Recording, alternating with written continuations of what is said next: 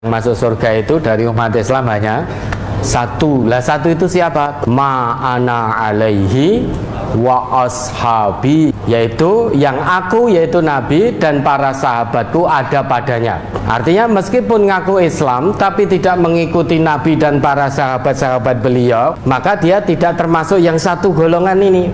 Karena yang satu golongan ini disebutkan oleh Nabi kita dalam sabda beliau itu ma'ana alaihi wa ashabi, yang mana aku Nabi dan para sahabatku ada padanya. Artinya yang satu golongan ini adalah orang Islam yang senantiasa mengikuti jejak langkah Rasulullah dan para sahabat-sahabat beliau. Itu yang akan masuk surga. Yang tidak mengikuti Nabi dan para sahabat-sahabat beliau itu masuk ke 72. Kulluhum finnar illa millatan wahidatan.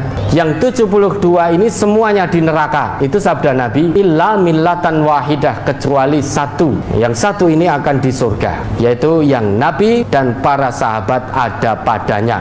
Artinya ini orang Islam terus mengikuti Nabi dan para sahabat-sahabat beliau. Ini akan masuk ke satu golongan yang disebut oleh Rasulullah itu.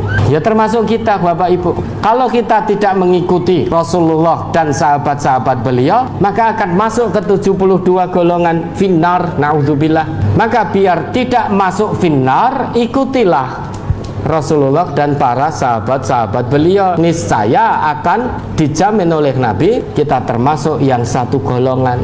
Jadi satu golongan itu sudah detail sekali, jelas sekali yang Rasulullah sebut. Siapapun itu orangnya, tapi kalau dia terus mengikutiku dan sahabat-sahabatku, dia masuk ke dalam golongan satu ini.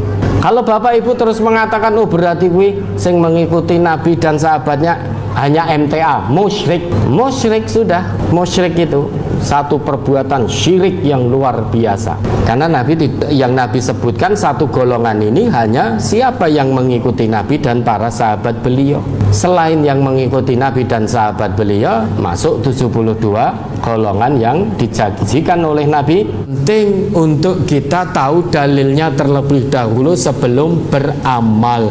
Kenapa? Karena innas sam'a wal basara wal fuada kullu ulaika kana anhu mas'ula. Karena pendengaran kita nanti, penglihatan kita, fuad kita, mata hati kita nanti akan dimintai pertanggungjawaban oleh Allah. Kamu kok datang di acara seperti itu dulu, kamu telingamu dengar penjelasannya siapa? Kamu kok ikut-ikutan? Matamu melihat prakteknya siapa? Itu begitu ya. Sing basa agak halus apa? Masuk matamu. Oh, memang bahasa Indonesia seperti itu ya. Ya ya, itu kan bahasa Indonesia ya. Ya pokoknya itulah. Matamu itu melihat prakteknya siapa, terus kemudian mata hatimu mengikuti, hati nuranimu itu mengikuti siapa, apakah nabiku mencontohkan itu, menjelaskan itu atau tidak. Kok hatimu condong untuk mengikuti siapa yang kamu ikuti, semuanya akan dimintai pertanggungjawaban.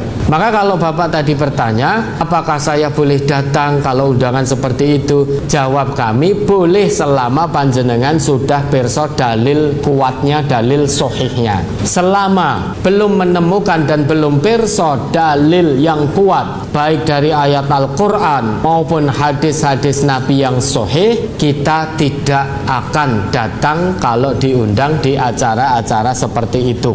Tidak datang bukan berarti melarang gitu loh.